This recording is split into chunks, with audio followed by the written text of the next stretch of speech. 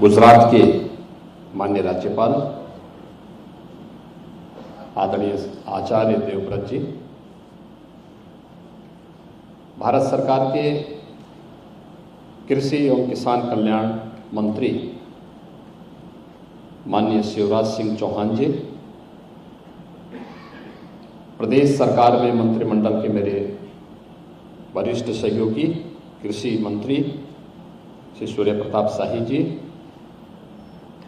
कृषि राज्य मंत्री श्री बलदेव सिंह ओलख जी, कार्यकारी सभासद कृषि लद्दाख श्री स्टॉनजिन चौसफेल, प्रदेश के मुख्य सचिव श्री मनोज कुमार सिंह जी, कृषि उत्पादन आयुक्त डॉक्टर देवेश चतुर्वेदी जी, संयुक्त सचिव कृषि एवं किसान कल्याण मंत्रालय भारत सरकार डॉक्टर योगिता राणा जी, मंच पर उपस्थित अन्य सभी उपस्थित महानुभाव, विभिन्न विश्वविद्यालयों के कृषि विश्वविद्यालयों के माननीय कुलपतिगण,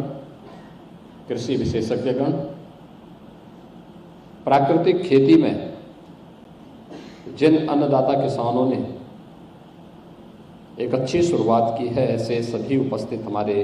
अन्नदाता किसान और अन्य उपस्थित बहनों और भाइयों, प्रदेश की राजधानी लखनऊ में प्राकृतिक खेती विज्ञान से संबंधित इस क्षेत्रीय परामर्श कार्यक्रम में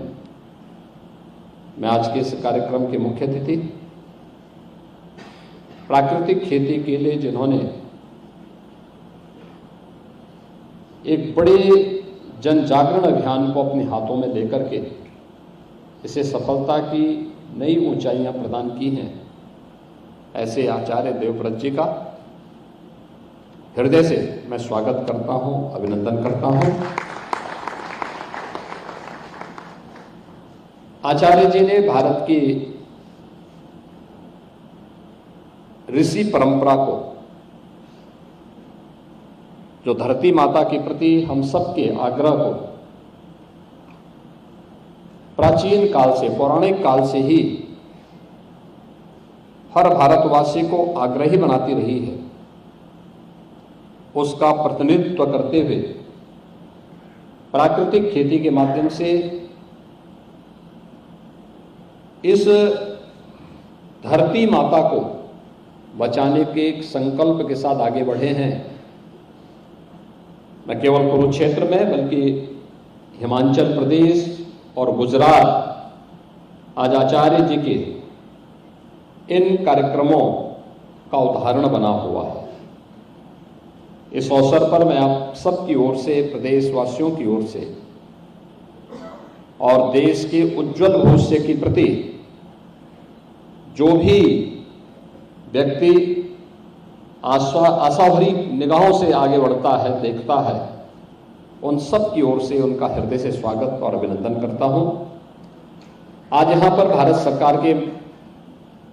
माननीय मंत्री कृषि एवं किसान कल्याण माननीय श्री शिवराज सिंह चौहान जी, भारत सरकार में मंत्री बनने के उपरांत आज उनका लखनऊ आगमन प्रथम बार हो पाया है। मैं सबसे पहले उनके आगमन के लिए उनका हृदय से स्वागत करता हूं, अभिनंदन करता हूं। मध्य प्रदेश जैसे राज्य में कृषि उत्पादन की दर को देश के अंदर सर्वाधिक करने का गौरव भी उन्हीं के जाता है। उन्होंने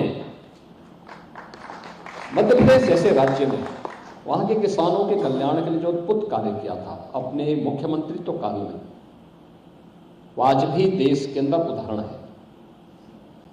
और इसीलिए मध्य प्रदेश के उनके अनुभव और आज प्राकृतिक खेती के साथ,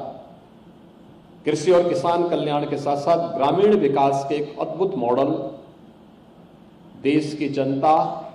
उनके अनुभव का लाभ लेकर के देखना चाहती है।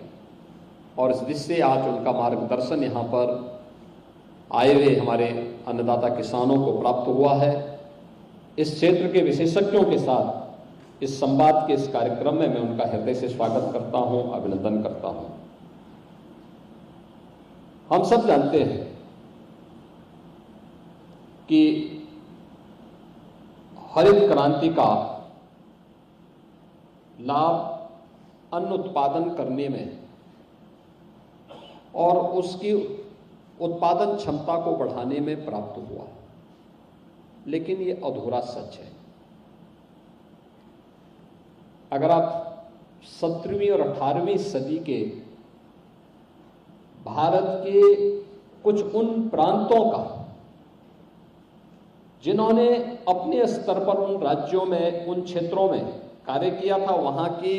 प्रकृति के द्वारा प्राकृतिक पद्धति से किए जाने वाली खेती के और उससे उत्पादन की उस दर को देखेंगे तो आपको लगेगा कि वास्तव में जो पिछले 100-150 वर्षों के अंदर देश को बढ़ाया गया तो उसमें कितना अंतर है। ऐसे बहुत सारे उदाहरण हैं आपके सामने और मैं चाहूंगा कि हमें इतिहास के उन पन्नों को पलटना ही पड़ेगा, क्योंकि जब धरती वास्तविक प्राकृतिक रूप में थी